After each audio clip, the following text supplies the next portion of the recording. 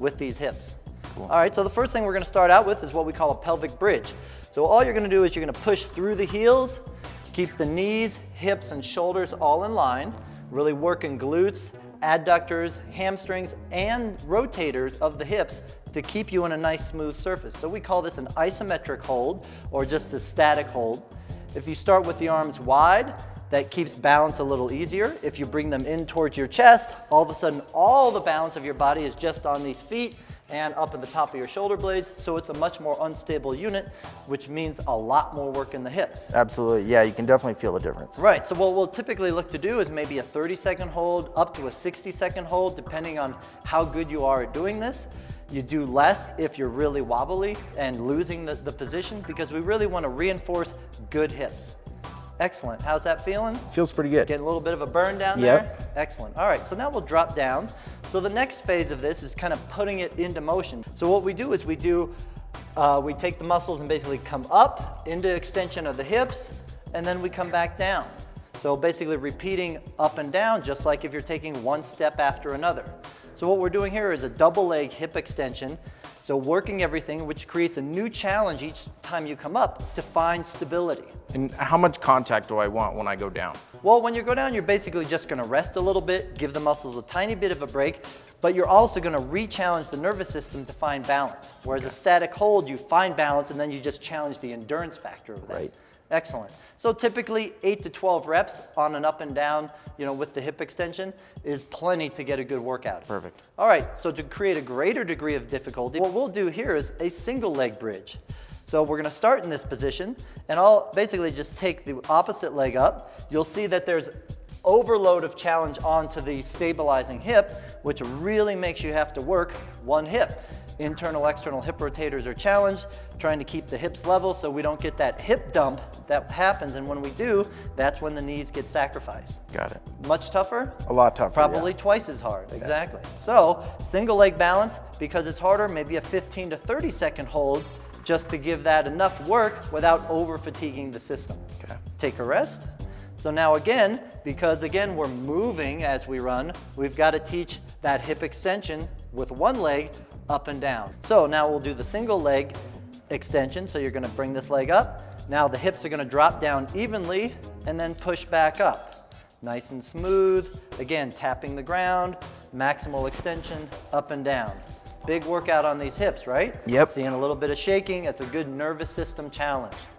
Excellent. So typical 8 to 12 reps, but if we start out and we're hitting fatigue, maybe it's only 4 to 6. Whatever we can handle without overloading the body. Excellent, good job, nice. Okay, take a rest, come on up. So what we've done there is really challenge the hip side of strengthening these knees, and now what we're gonna do is come out and challenge the ankles, because these are the big ones when that foot hits the ground. Yeah. So what I like to do is grab that AirX pad for me. So what we do is create another unstable surface, but this time more challenge on the feet. And what we're gonna do is we're gonna have you step on there, right foot steps on it. And what we do is we do what we call a floor grid routine, okay? And so what you're gonna just kind of step on it and get the feel of creating some balance. Good. So what we'll typically do is take a little lightweight dumbbell, you can use a water bottle, anything that's got a little bit of a weight to it creates a challenge. We're gonna put the weight in the opposite hand of the foot that you're balancing on. Okay. And what you're gonna do is you're gonna come down and basically just try to balance that weight and put it over here at 9 o'clock on your floor grid, and then back up, try to regain balance, and then back down towards 10 o'clock. So you can see a lot of challenge, that knee's falling in, ankles and hips are really having to work to stabilize. Absolutely. Right? Try to come up towards 12. Good. And so what we'll do is we'll typically start and go halfway around the clock. So you'll keep working your way up and down. And I find the closer I'm in here, the easier it is. The farther I reach out, without a doubt. The difficult further it you is. reach out, the greater the challenge it is all the way up through the hip. So the closer you're in, the more it stays kind of down through the foot. The further you reach out, the higher it goes up all the way into the hip. yeah, you can really feel it all. Big through challenge, there. right? It's good. Excellent. So we call that, the hand touch floor grid, right? Big workout. So if we take the weight away, we can do the same type of exercise. It's almost like a single leg squat with the legs. So again, if you're bouncing on the right leg, what you're gonna do is straighten the left leg, right? You're gonna start out right in front of you and tap down right at 12 o'clock and then come back up. and you're gonna start to work your way around all the way back to 6 o'clock. Again, trying to keep the hips nice and level as you step all the way through. Yeah, you definitely, as you get lower, it's exactly. really You'll starts see to the activate. hips want to dump and the shoulders want to drop down. Yeah. So what we're really trying to do is keep everything neutral while you're really balancing just on that one leg. And you can see the wobble that's going on. Yeah.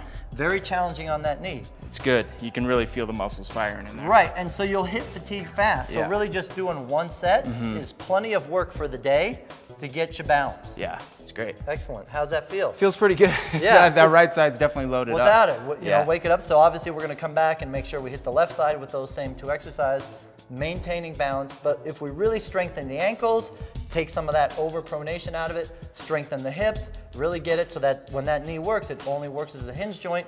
It's gonna let you run for miles and miles. It's cool. I love it. Nice job, Josh. They don't